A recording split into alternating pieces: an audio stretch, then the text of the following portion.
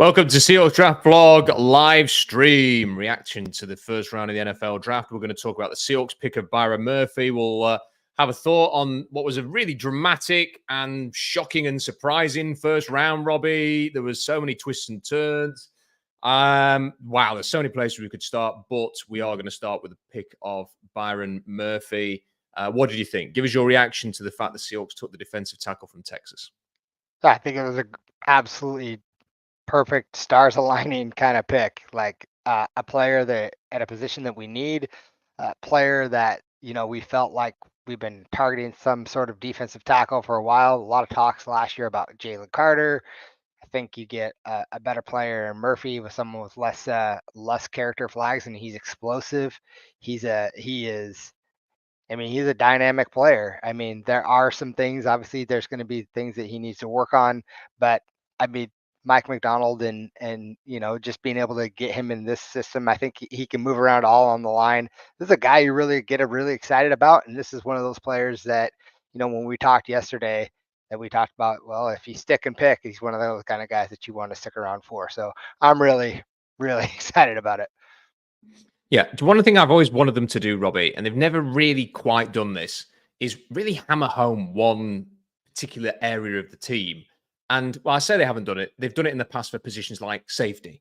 So it's nice to sort of see them do it now for something like defensive tackle by going and paying Leonard Williams and having his impact and his ability to disrupt up front, and then going and getting somebody really young and talented to go and play next to him. And now the thought of having Jarran Reed and Byron Murphy and Leonard Williams rotating or even playing in a three-man front is really exciting for me, that you go and make a part of one of your lines a major strength. And that's kind of what it feels like they've done here. When they got on the clock, I was thinking Murphy or Furtado. I'll be happy with either of those.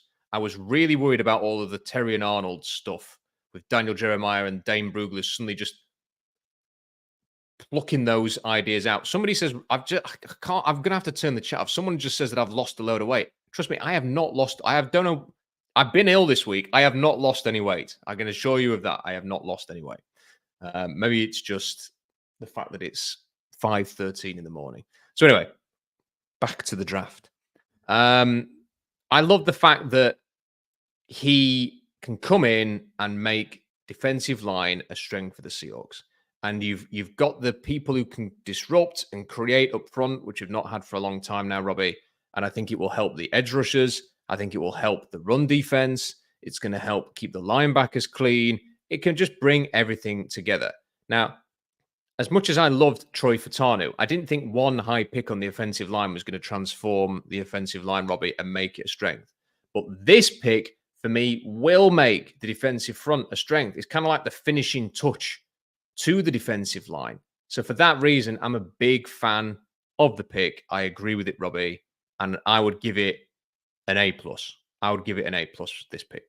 Yeah, A+ for sure. He had 12% pass rush rating last season.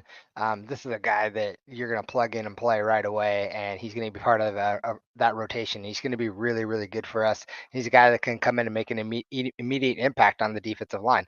I don't know how you can't be excited about this pick. This is everything that yeah, the comments are funny.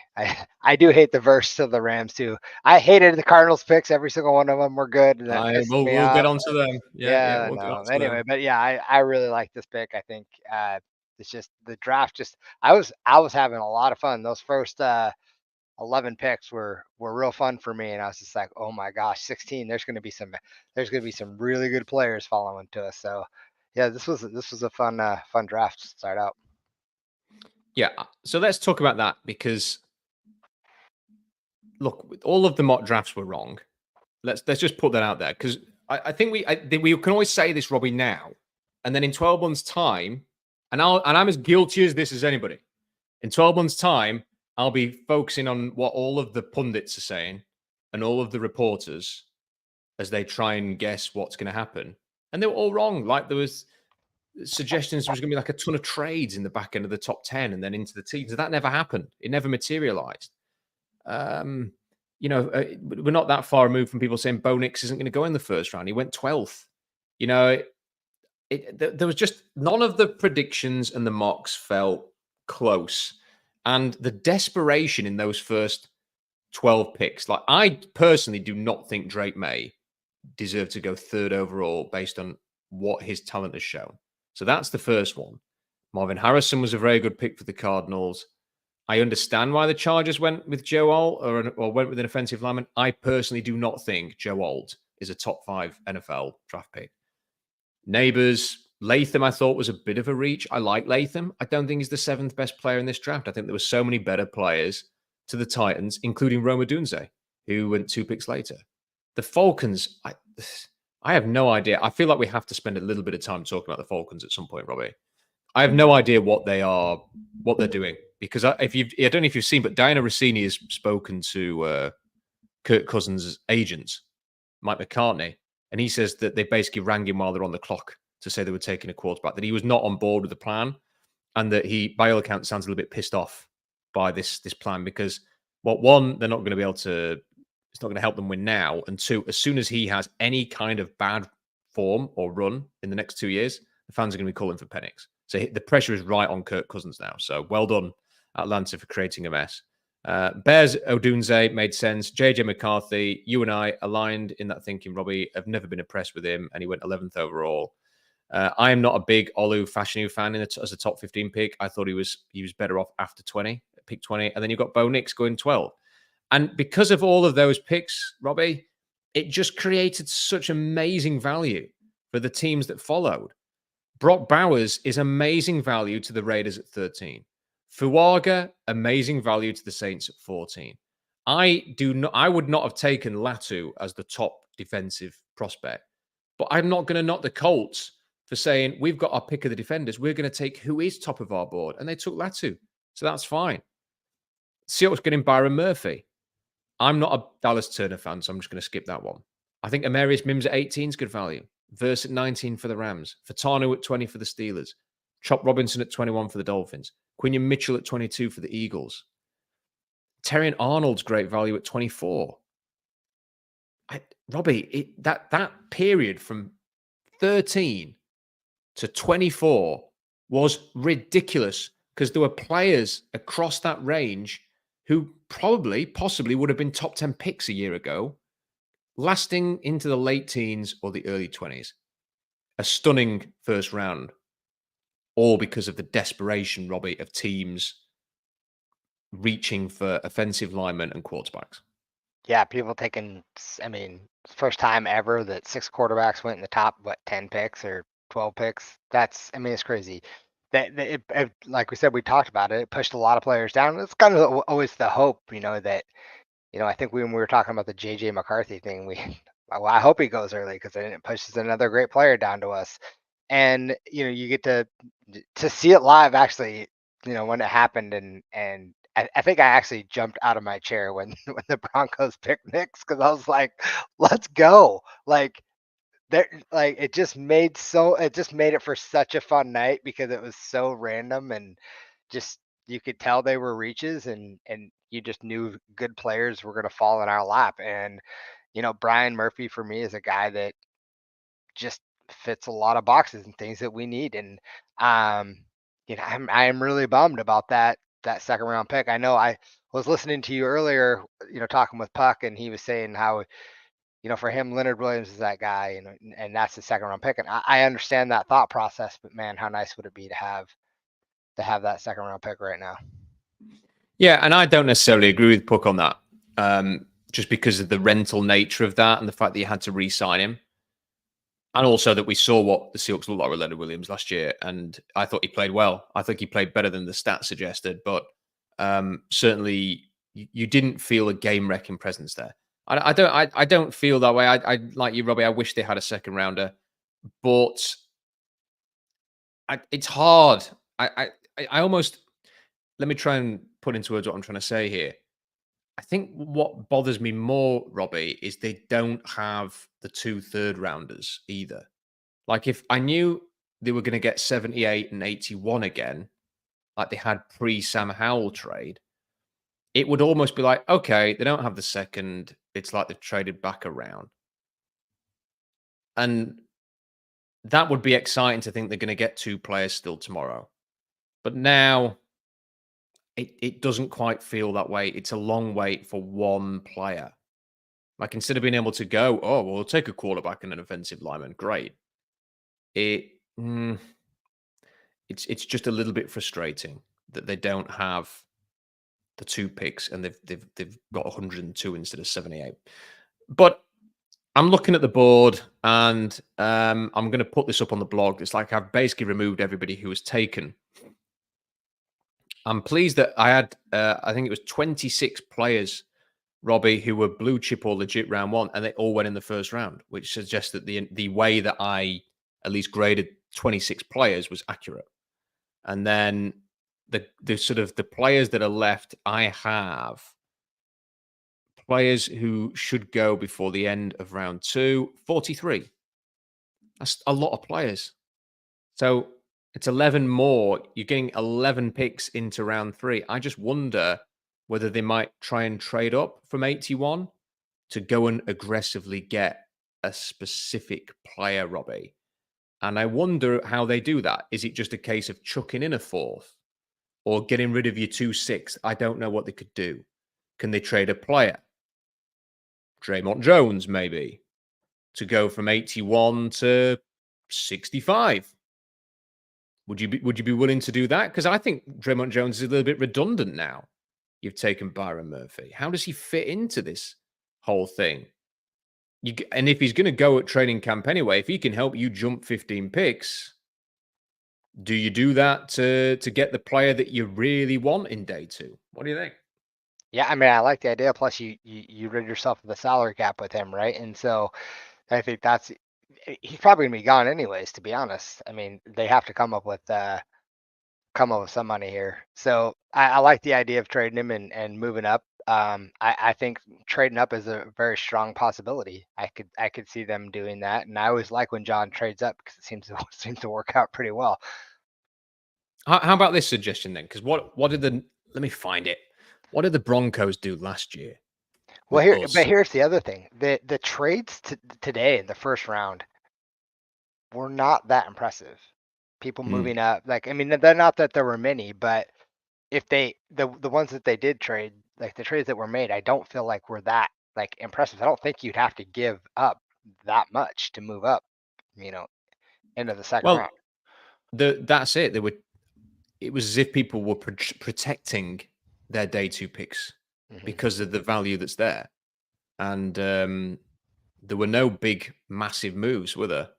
There was nothing like the Arizona thing last year where Houston moved up and then Arizona moved up and all of that. So a year ago, Seattle moved from 83 to 108 and got a 3rd rounder the next year. So that was a drop of, my maths is terrible, 17 plus 8. My God, it's late. 25. That was 25 spots, Robbie, for a 2024 3rd rounder.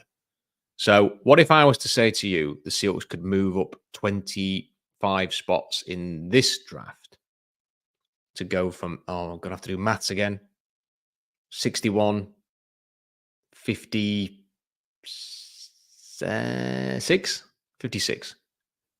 Yeah, I mean, I would do it. Next year's 3rd rounder. So you could get a 56. Right. It's going to cost you your 2025 3rd rounder. Would you do it? Yeah, I would do it. And I'll tell you why. You just said there's 43 players that you listed on as high picks, 1st, 2nd round picks, right? One of those guys is going to drop in that range. And I guess it depends on the player, but yeah, I want that 2nd round pick. So if they have to trade up, I was hesitant early on to trade anything above a 1st or a 2nd round pick, but a 3rd round pick I'm okay with. I feel like you can trade back and get a 3rd next year easily if you needed to. You could, or you could maybe work some deals. Yeah. And I'm okay trading up in a deep draft like this. I'm okay trading up and targeting a guy that you really want. Interesting. So I'm trying to think. So all right then, if you got if you could get up to sort of 56 is what we're saying, What's the kind of? So I'll give you some of the names, Robbie, and you tell me if these players float your boat. And I'm going to get to the super chats in a minute because we've got a few of them coming in. I really appreciate that.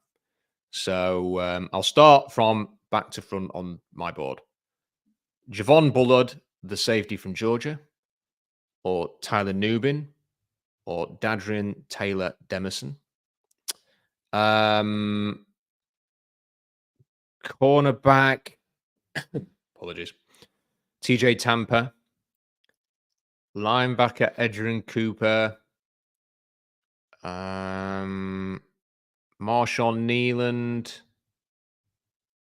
Jackson Powers Johnson. Zach Frazier. Cooper Beebe.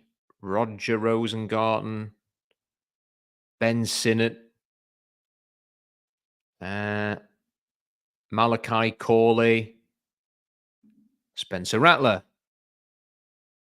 Anybody there that you think, well, do you know what? If you told me right now, Seahawks trading up 25 spots and they're taking this player, what's got you punching the air? Well, I like Rattler, but I'll skip past someone. I think Rosengarten would be a good one, and I also think Cooper Beebe would be a good one as well. I like those two players. I'm kind of agreeing that that it probably needs to be someone on the offensive line. I don't really want to take a safety at this point. I like the idea of kind of waiting until the 4th round to kind of dip into that range. I think Curtis has raised a really good point here. Sorry, just interrupt, Robbie. Curtis has mentioned the Seahawks projected to get 4th and 5th round comp picks next year. So if you did trade a 3rd next year to move up 25 spots, you would have 2 4ths. I mean, that's a great call out by Curtis, because I think that's something that you can take in consideration when you're looking to trade up in this draft. Yeah, really, it's smart. I didn't even think about that. Yeah, it really is. Yeah. I like Zach Frazier. I don't know if they're necessarily going to go center, but maybe they will.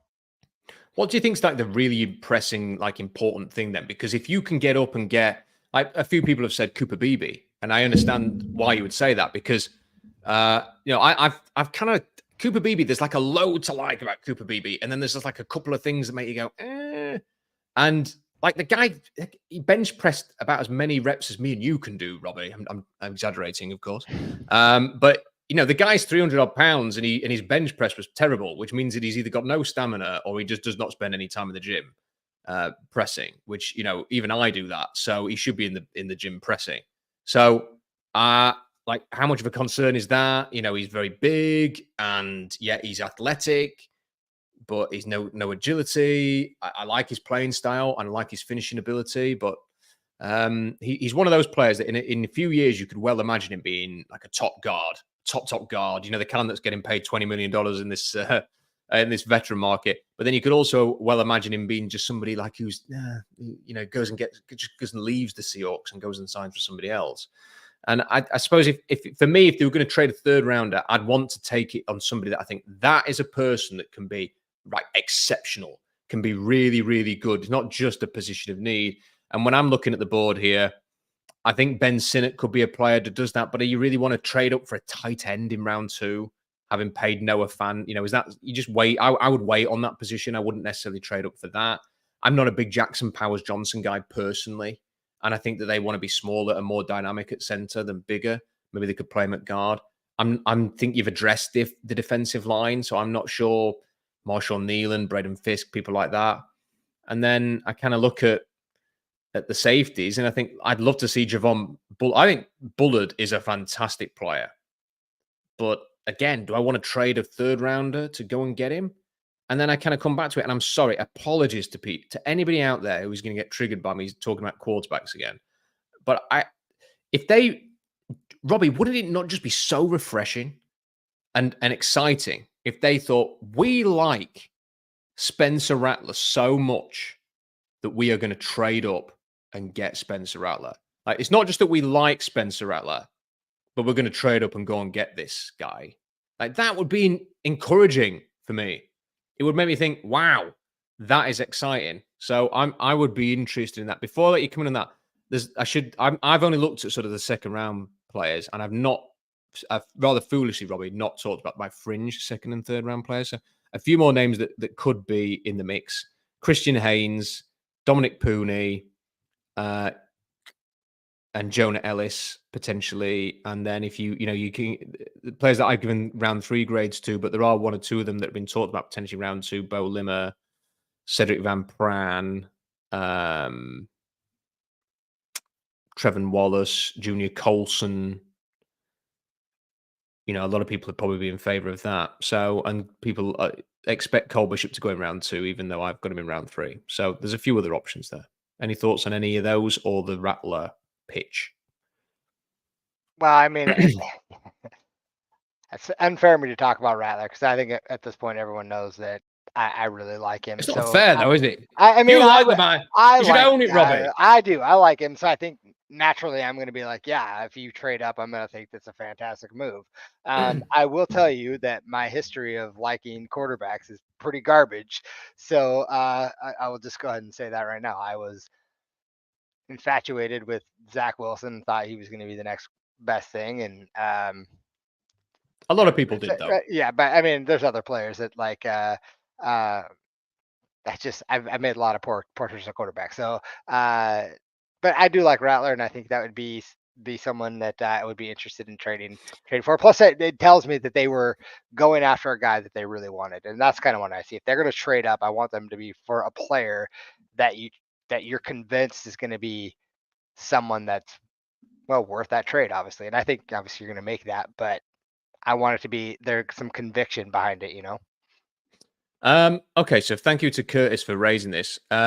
James Palmer used to work for the NFL Network.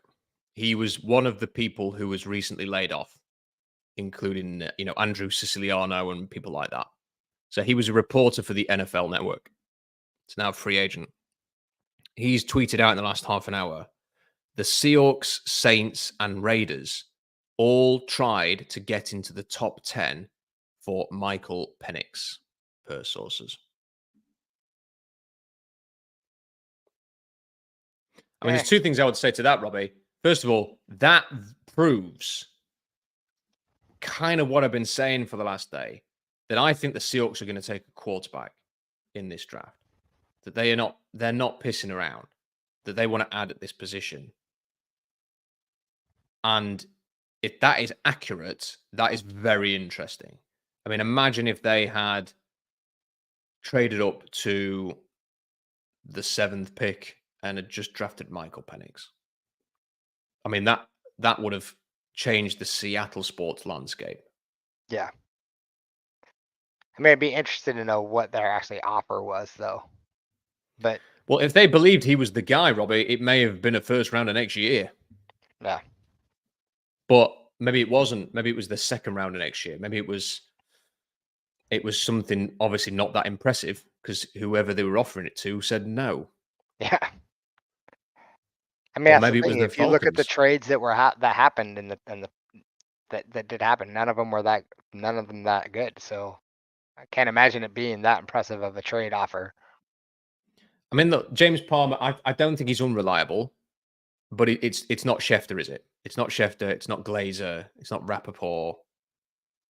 It's not even like a Mike Silver, is it? It's a guy who just left the NFL Network. So I'm not sure how accurate that is, especially because I can imagine them sort of, if Penix had got to maybe 12, they could have looked into doing something like that to usurp the Raiders. I'm not sure going up to the top 10 to get him would have been necessarily accurate. But look, the Falcons liked him so much. They've created chaos at their franchise and took him with the 8th overall pick and completely ignored their defense that needed work. So clearly there were teams in the NFL who thought Penix was the real deal. And there were plenty of people who did not. And I spoke to one of them. I spoke to a league source. It was a while ago, but he basically said he thought that Penix was a system quarterback. It was one read. It was unimpressive. And he was sort of laughed a little bit at the thought of him going in the first round. And yet here he is, going 8th overall, and they're talking about this. So it's an interesting report, Robbie. I'm not sure that it warrants too much lingering on, other than to say, if it is true, then the Seahawks are, if there are people out there who do not think that John Schneider is laser focused on the quarterback position, you are mistaken. And if you think they just decided, well, they're okay with Geno and Sam Howell, now they're looking, they're on the prowl, and this is why I think they'll be looking at people like Rattler and Pratt and adding to the room. Possibly tomorrow, Robbie. Well, probably tomorrow. I don't think Pratt and Rattler will be available after tomorrow. You think Pratt will go in the third, huh? Yes. Huh? Especially after what's happened today. Like, if you need a quarterback, you're now down to 2 quarterbacks, in my opinion. Yeah. That's it. So if you are a team like New York Giants or Raiders, Seahawks, who else? Who else do you think might be in the market for one of these players? Can you think of anybody? I can't think of anybody. I mean, I didn't think 6 would go in the first round, so I don't know. A lot of them are already taken. Yeah, I'm just having a look now. I can't see that many. Maybe and this is the Rams. Rams. Yeah. Rams. So, and Steelers there I know they've got Russ and Justin Fields, but they're kind of short-term solutions there. And Kenny Pickett's not there anymore. I don't know. There are not many teams, but there are a handful, and I don't think you can wait on it. So if you do rate Pratt and Rattler, they will go. I think Pratt will be gone before the end of the third round, possibly to Seattle. Did you see the Brett Coleman clip that was doing the rounds yesterday? No. So it was the Bootleg Football Podcast, and Brett Coleman and my mind's gone blank. I follow him on Twitter. I should know his name. His podcast partner were chatting about the Seahawks. I think somebody sent them a question saying, "What do you think they're going to do?" or something. And Brett Coleman kind of laughed and went, "Oh, I've heard of 2 players that they are targeting on day 2, and if I don't know if Seahawks fans will like the picks, but my word, if they come off, everybody is going to be like howling at how unbelievable this is." And so a lot of people sent me that and were like, "Oh, what do you think of this, Rob?" And do you know what my immediate thought was? Rattler. I mean, it makes sense, right? I mean, it makes sense. There's a lot of people who don't think we need to draft a quarterback because of the Sam Howell trade. I just don't agree with that.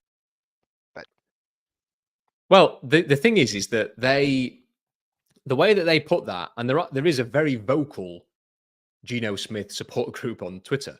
So if that's their kind of like thought that, well, a lot of people are not going to like this because they like Geno and they're going to feel like they're going to be wasting a pick. That's why I immediately thought to that. The other name that I thought of was Roger Rosengarten.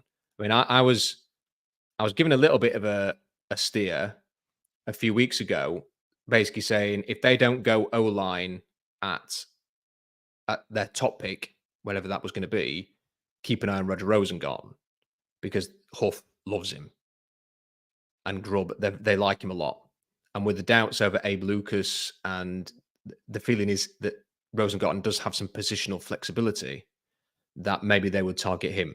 So when we're talking about moving up for players, Robbie, I think Rosengarten would be a legit potential target. I think Rattler would be. And if that report from James Palmer is accurate, that they were willing to move up for Penix, it suggests that the Seahawks are willing to be aggressive to move up in this draft and may do so from 81. I just can't. I have a real hard time, Robbie, thinking that they're gonna wait 60. Well, they're going to be waiting 65 picks and just watching all those guys go off. That unless we have another totally batshit crazy, first 15 picks here where like all of the players that they want are still on the board and they kind of just bide their time.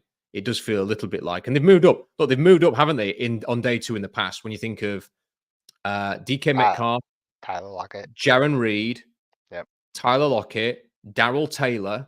They're the only ones that spring to mind immediately. There may be others.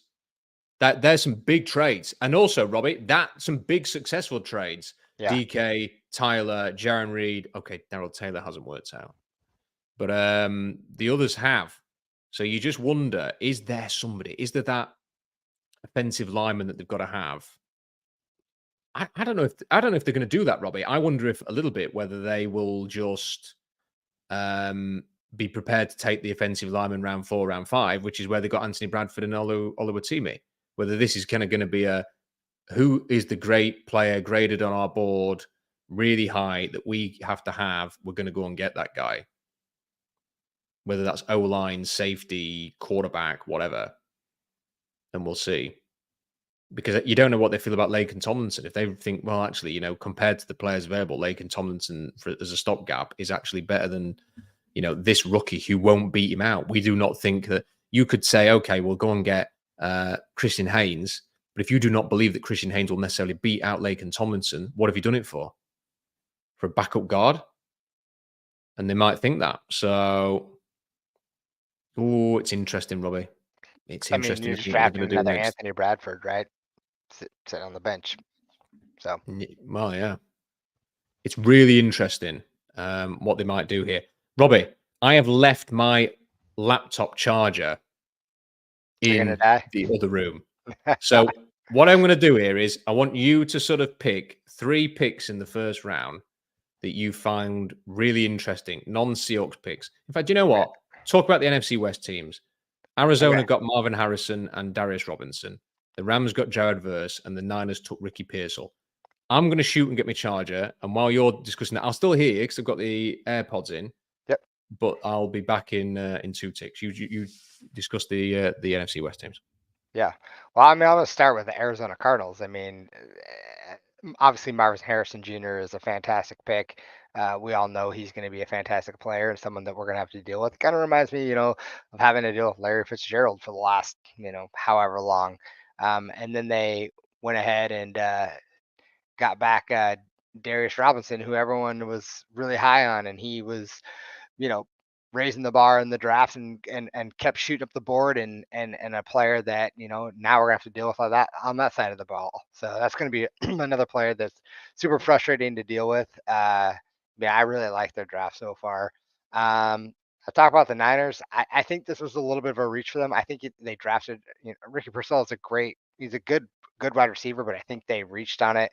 And I think it has to do a lot with Brandon Ayuk, wanting to get traded. And I think they kind of reached a little bit to select him. And I'm trying to think. Oh, and then the Rams got Jared Verse. Jared Verse. What a great pick. This kid is just, at 19, I wouldn't have expected him to last that long. And he's going to be another player that they can bring off the edge, and it's going to be, another player that we're going to have to deal with, going forward. That's why it's so important that we, help beef up the offensive line. Yeah, I liked all of the picks from all 4 teams in the NFC West. I think that the Cardinals, like Marvin Harrison's just going to be a problem. He's going to be a problem if he stays healthy, and if Kyler Murray can stay healthy, he will be a problem. Darius Robinson's an interesting one. He's one of those players, Robbie, that I think you can kind of talk yourself into him, and you can sort of talk yourself out of him. His athletic testing is what it is, but he's so powerful, he's so disruptive, he's so long and big that he could be a problem. The only problem is for him, he's got no help. I think he would be a great complementary piece to a team that already has some defensive linemen. Like in Arizona, if he's going to be expected to be the guy as the first round pick, it's going to be tough for him. They're kind of like piecing together a roster, Arizona. We're doing it very slowly. I think Jared Verse for the Rams is just, that is a home run pick for them. Like he can be a real threat. He's athletic, he's powerful. He will cause problems off the edge. So they've got a couple of good edge rushers now. And Pearsall, I thought Pearsall was going to go. I thought he was going to be off the board before the 40th pick. So the Niners taking him at 31. 31. Of course, it wasn't 32 because they lost. That's right. At 31, I don't mind the value. I think I had him consistently going off the board in the first 2 picks in round 2 in my mocks. So I think it was kind of in the range where he was expected to go. And he is a terrific athlete. His hands are amazing. I think he's going to be a menace in that Shanahan scheme. And the other problem, Robbie, is that I think that they will now potentially shift Brandon Ayuk overnight or during the second round and just sort of swap out Ayuk, who is going to be very expensive, for someone who might be equal to Ayuk, and then get another pick and they can then use that on the offensive line or the defensive line. So that is the I guess that is the positive from a Niners sense there. But I liked all the picks, and I really like the Byron Murphy pick for the Seahawks. So, is there anything in particular that you sort of want to talk about from the first round? And we spent a bit of time talking about Penix. I can't believe the Penix thing, just because it makes no sense, Robbie. Like, you're tied to Kirk Cousins. You can't get out of the Cousins thing for 2 years. If he has a bad run, then the fans are going to want Penix. Penix is now you're wasting 2 years of Penix's rookie contract.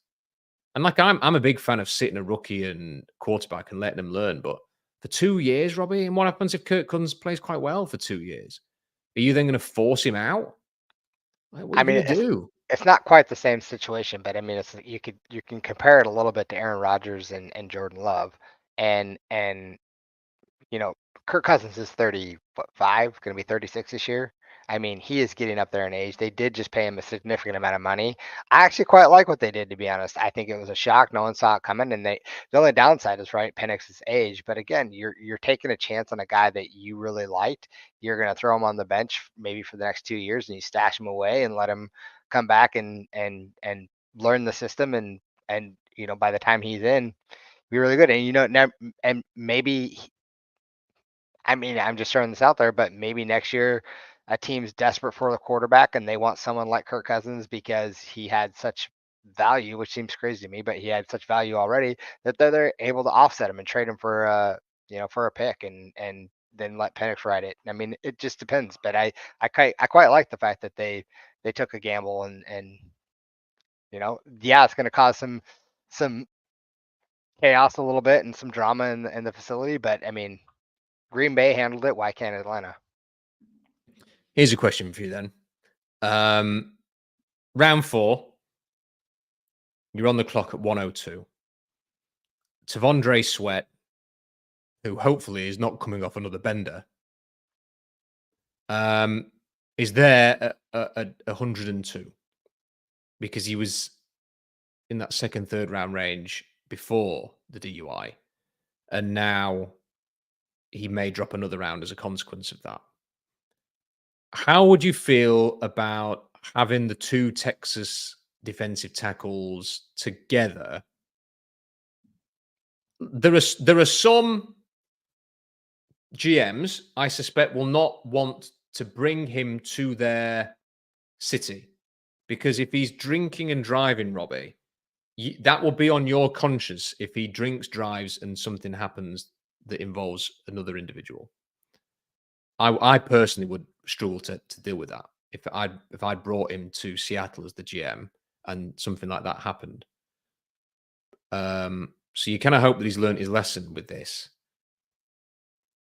I also worry about, are you going to have to spend every single week keeping on his arse to make sure that he is not drinking, that he is not putting on the weight, that he's managing his weight, that this is because you don't want people like that, Robert. You don't want to waste time and energy making sure that someone is being professional.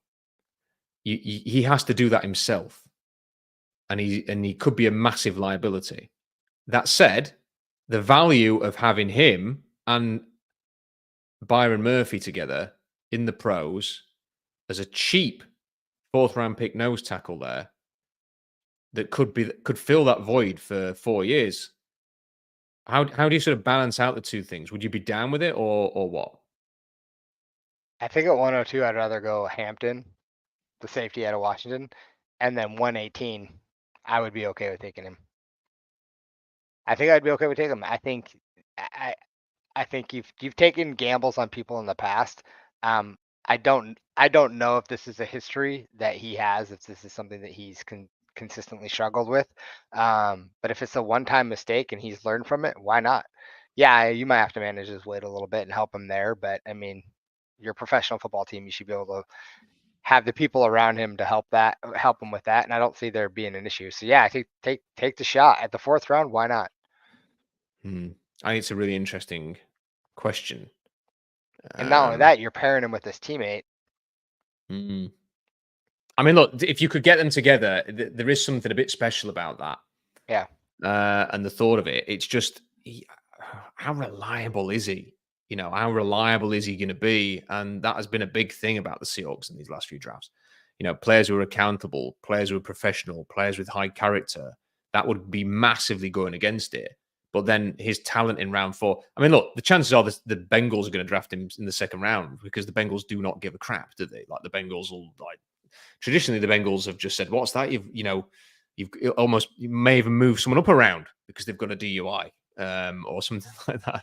You know, it's part for what they do. But look, the Seahawks have not been able to defend the run for a number of years. If you had Byron Murphy and Tavondre Sweat in there, that could be really something. So I thought that was an interesting little side topic there after round 1. Okay, so we've kind of talked through everything. It is 5:52. I need to write an article, so I'm going to wrap this up. You got some super chats to get to.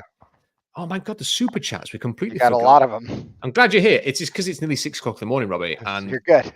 I am not going to bed. I'm going to walk my kids to school when they get up in an hour. And then once I've done that, because my wife is bedridden. Thankfully, my wife's had pneumonia. She's still got it. She thankfully was released from hospital today and is back home. But she can't do anything. She has to quarantine apparently because she's got a really bad strain of bacteria and it is contagious. So she can't do anything. So I've got to take the kids to school. Then I've got to come back. I've got to take my dog to the vet to have her anal glands cleaned. It's because she has this. We have to do it every month because she's got a problem. She's like a young dog and she's already acting like an old lady.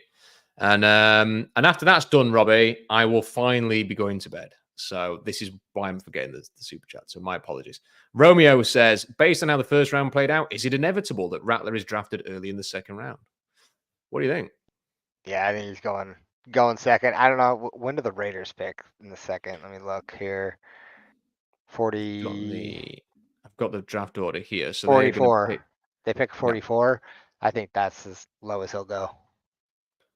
That would be interesting. Do you not think that they might just punt on this now? The Raiders, because the Raiders have massive need at corner and a massive need at right tackle, and they weren't best player available. So could they punt on the quarterbacks now, or just suck it and see with Rattler later on? Not everyone's going to love Rattler, by the way. Tom Telesco, he doesn't strike me as someone that Tom Telesco would necessarily go for. Sure, I mean, it's possible. I think that's his ceiling though, or I think this is his floor is 44. I don't think he drops below that. Someone may trade up to get him. I think 2nd round is I think he is going to go in the 2nd round. I still think the Rams might be the team. But where do they pick? 52. 52. So I think you might have to get above them if you want him. So we'll see. We'll see. I've just got to. I had this. I told you that I didn't think they were going to draft Rattler a few weeks ago, Robbie, and maybe that was the right stance to take. But then I'm not going to go into the reasons why in the stream. But I'm kind of like,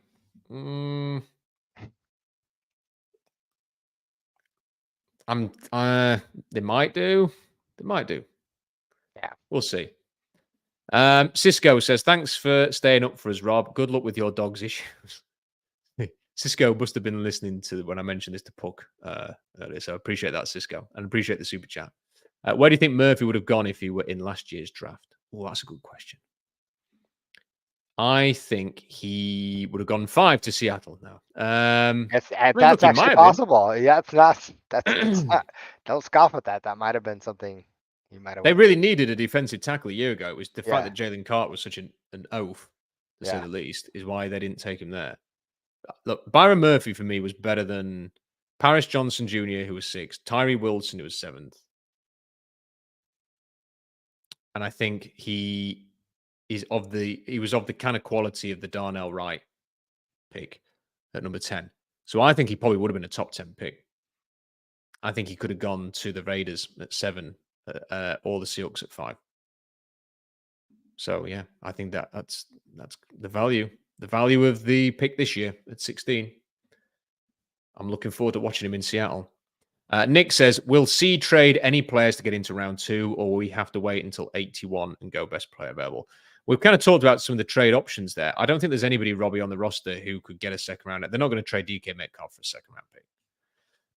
They're just not. So there's nobody else that I think is going to get you a second round pick. I think the one thing is, can they trade Draymond Jones to move up, say, 15 spots from 81, or will they be prepared to trade their third rounder next year and maybe one of the 2 sixth to get into round 2? And they might be willing to do that. But then I'm not sure how eager teams will be to get out of round 2 this year. So it might be difficult to do a deal like that. This one from Christopher Best. We've seen a lot of teams trade 2025 stock in this draft. Will the Seahawks dip into 2025 assets to trade back in today too? It's almost as if we knew what the people wanted, Robbie. That we've already discussed all of these things. I'm really glad people are bringing this up though, because I didn't even process that. So I think that's trading a third round pick to get up into round 2 this year. I'm all for it. All for it. Yeah, I'm down with it. I mean, look, I want as many picks as possible because I think they're going to have to draft a quarterback earlier, soon rather than later. But Robbie, there was a lot of quarterbacks that some of them have to enter the draft next year. Yeah. Let me have a look. Where's my list? I want to give people the list. Where's my list? Did I edit it the other day? I might have done. Oh, here we go. Brady Cook, Carson Beck, Quinn Ewers, Shadir Sanders, Tyler Van Dyke, Cam Ward, Will Howard, Will Rogers, KJ Jefferson, Riley Leonard, Grayson McCall, DJ Ugalele, all did not turn pro. And then Drew Aller is an underclassman. And the guy that I want to mention, Robbie, this is the guy to go and check out. We've talked a lot about Quinn Ewers. Go and check out Max Brosmer, who is transferring to Minnesota. Max Brosmer. Interesting guy. Christopher sent another super chat. We all appreciate your scouting, Rob. Another banner year. Thanks for staying up late with us. My pleasure, Christopher. Thank you for the 2 super chats. Massively appreciated. Jackson says, James Palmer reporting the Seahawks tried to trade up into the top 10 to take Penix along with the Raiders and the Saints. Interesting. It is very interesting. Interesting. The Saints were linked there as well. They wanted to do what Atlanta did. Reflect the Sun. Thank you for the super chat. No message. Just there for the support. And this one from Wit21. Quinyon Mitchell this year or Witherspoon? Garofalo loved the Mitchell pick. Is Mitchell better or comparable to Witherspoon, especially since he was a 5th? Witherspoon is he hits a lot harder. I feel like he attacks better. I think they're very different players. Yeah. You know, Quinyon Mitchell is bigger and faster. He's incredibly quick, but he couldn't catch a beach ball if you just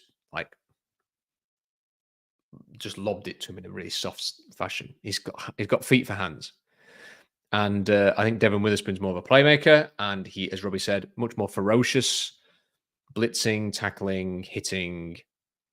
I think he's got an X factor to him that Quinyon Mitchell doesn't have, but I think Quinyon Mitchell is probably that. If you just want a traditional outside, he's perfect for Vic Fangio and what Vic Fangio wants to do, and he'll play outside and do a very good job there. So I think it's not an apples for apples comparison to an extent.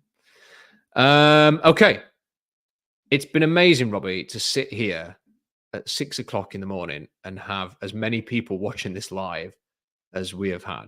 And I appreciate the super chats that we've had.